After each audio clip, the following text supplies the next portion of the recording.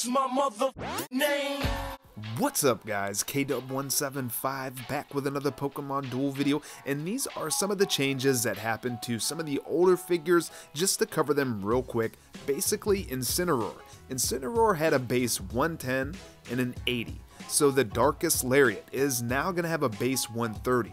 So if you do evolve it from the Torracat, you are going to have a 140. And if you evolve it all the way from Litten, you'll be able to have a 150. So this is actually pretty good. This could really bring Incineroar into the meta, in my opinion. And, you know, just being able to use it as a base, figure is pretty good. And then Greninja getting a plus 10 on the Hydro Pump. Really nothing great. I think it needs an ability. Something maybe similar to Pancham, or just something that, like even the plus 10 into the Water Shuriken. If it could have a base 30 spinner. Now I know it has some evolutions, but you can get the evolution out of the Froakie, but the Frogadier is a lot harder. And then we have the Hydreigon, gonna get that 60 up to an 80. So if you do get an evolution, which is pretty easy from this Violus, because it evolves off the purple, and then you're running another, Violus, a Dino, whatnot. I mean, for a rare, yeah, compared to the, Toxicroak and Sableye and Combuskin, not a great rare, but that Draco Meteor is pretty good. And then we have Sneasel, which it's going to get that team play ability. Basically, if you have other Weaviles on the field, you are going to get that damage buff, but I think they should have made it to where it gets that with other Sneasels. So I guess you could take your highest chain level Weavile, run it as a standalone figure, and then you could run like 2 Sneasel with the evolution set for Weavile, so they're going to get a little bit more damage. I mean, not too bad, but I would have loved to see a lot of other Pokemon on this list. And we are going to have a team event earlier in the month, so very nice. Not going to screw over anybody trying to climb that monthly, for that monthly push. That's what kind of sucks about these team events at the end of the month. And generally the matchups are pretty bad, but it's pretty much going to be the same. Whichever team, I guess, has more people. The last event was pretty close. The last event was closer than any other team event that we had, but you're not going to be able to use the booster enhancers on any time boosters that you've obtained prior to the event starting, but still hang on to your rainbows and golds because it's still free points. Just make sure that they're already opened. Now, I'm going to go with Dialga. Let me know in the comments what figure are you going to pick for your team captain. I would have loved to see Dialga and Palkia get a stat balance. Their abilities, complete butt cheeks, just one of the worst abilities. It's not even an ability, but we're gonna go with the Dialga. And guys, we got a new banner. Mega Sableye is finally here, and we got a lot of other awesome Pokemon. Guzzlord, a new Ultra Beast, and they actually skipped ahead quite a bit. They skipped over the Xurkitree, they skipped over the Celesteela, they skipped over Kartana. So, I don't know, Rico and Fodder, I guess, was kind of calling it, but taking a look at some of these notes real quick. This 99-cent gem. Horrible, guys. Complete trash. The only reason you should buy this is A, if you're just a few points short of being able to get that next loyalty reward fulfillment bonus, and you need a few more points, go ahead, pick it up. If you're just a few gems shy of being able to open another 10-pack or a quad, go ahead, pick it up. Other than that, leave it alone. It's not good. We do have a couple new plates, Dark Sphere and Mystic Sphere. Basically, Dark Sphere is going to give any Dark-type Pokemon the same ability that Yveltal has, so that's pretty nice if you don't have an Yveltal. And then the Mystic Sphere is going to keep all your Fairy types from getting markers attached to them, so that can be pretty nice. But yeah, nothing too crazy. And I didn't pull any of the new plates from the last banner, which kind of suck, like the Wing Sphere and the Mighty Sphere. But we are going to get Mega Blaziken and Incineroar added to the time boosters. I believe they add a few other figures as well they don't mention. Yeah, looks like Tapu Fini, Primarina, and possibly the Tapu Bulu.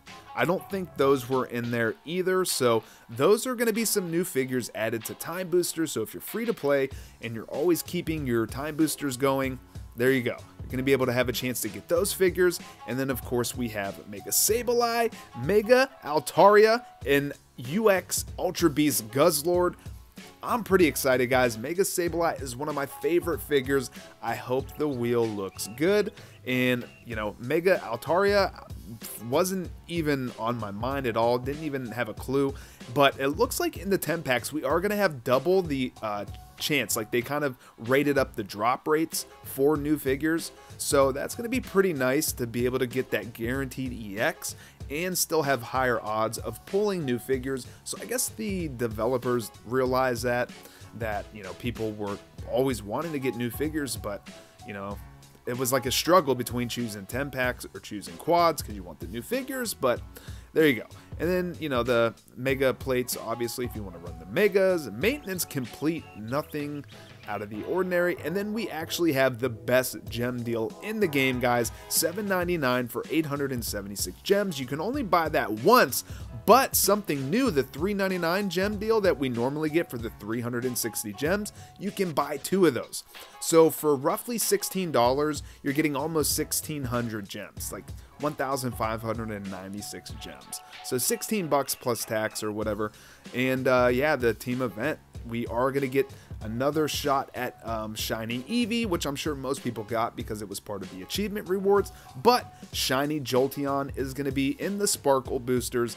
Probably no new abilities, same as Jolteon, you know, but you know, for those collection goals, you know, if you guys want to try to keep the collection going. But the Sparkle boosters are pretty rare as is, and to be able to pull a shiny out of it, even more rare. So there we go. And for people that were wondering about the mask, myself included, we did get the mask from the Queen's Cup, so definitely check your inbox if you place top 3,000 in the Queen's Cup. And then our booster enhancer, we just get one because we picked our team. Let's go ahead, throw on the mask, guys. It looks pretty cool. I mean, we'll rock it out for a little bit, right? I mean, top 3,000, it wasn't too hard to get.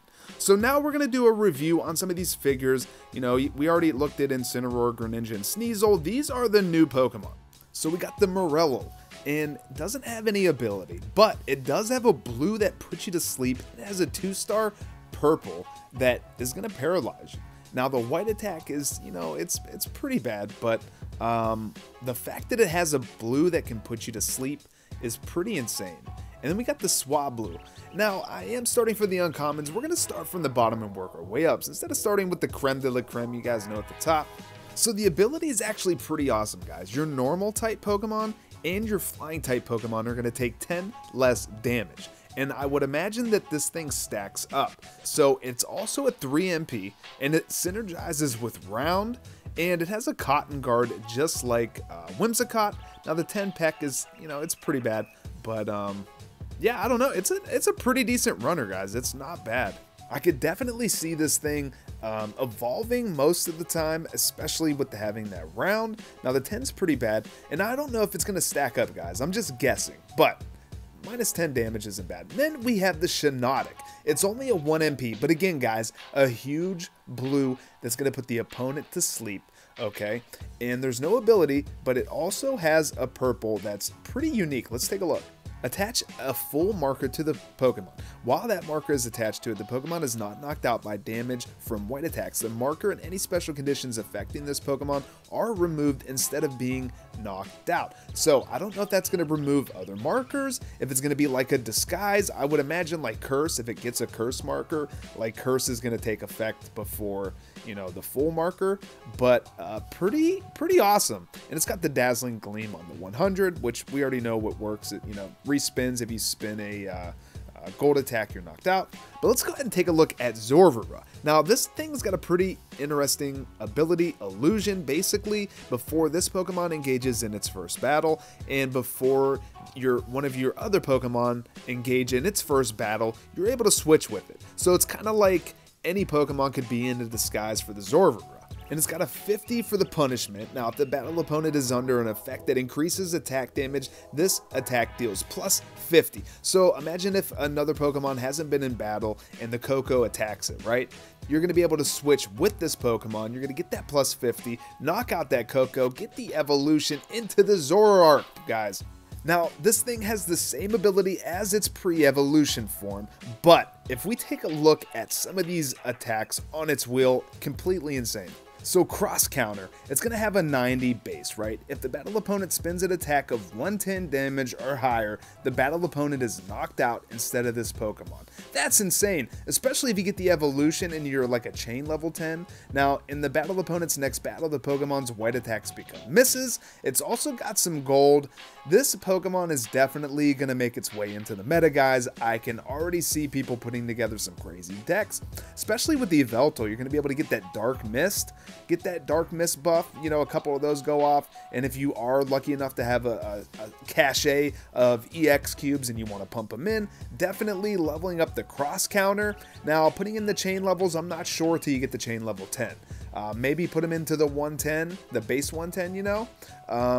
I guess it depends if you're going to be evolving or not, but as a standalone figure, I don't know. I'm going to have to digest this, I'm going to have to marinate in these new figures for a while, talk with some other people that are much smarter than me, and kind of see what they have to say, but yeah, I mean, this is crazy, because this cross counter, I mean, it could pretty much be immune to any white or gold attacks, if you, yeah, that's insane. I definitely want to get this Pokemon, guys. Like, this is... I don't know, this banner is pretty hype. So, taking a look at the next Pokemon, Altaria, the Pokemon that nobody saw coming, guys. Basically, your flying and dragon-type Pokemon are going to get a plus 10, and this is going to stack. So, this 70 is going to turn into a 90, and with its Dragon Dance, you're going to get another plus 50. So, that's pretty insane as is. And then with the Perish Song, now we see this on Absol. Not an amazing move because, Altaria is going to become cursed as well, including any other Pokemon that are surrounding it, including your own Pokemon. So you definitely want to be offensive with that Pokemon, but you can Mega Evolve as it states, so you can get rid of that curse. And then we have the Ultra Beast Guzzlord. Guys, I can't believe they skipped all the way to Guzzlord, but this Pokemon looks pretty insane. So basically, it's going to have 2 MP until it reaches its first battle. Any Pokemon that has weight, you can move through it adjacently and pretty much send it to the Ultra Space. That's pretty insane. So I definitely call it a banish move. I thought it was going to have an attack, but hey, there's some banish and it is 1 MP, so I at least got something right. And in a Dragon Tail, let's take a look at this, guys. It's a Dark and Dragon.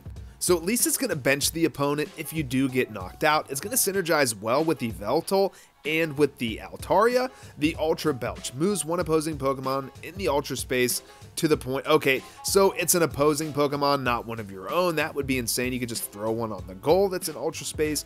Brutal Swing isn't going to be all that great. Going to knock a Pokemon back 1 step and they're going to gain weight.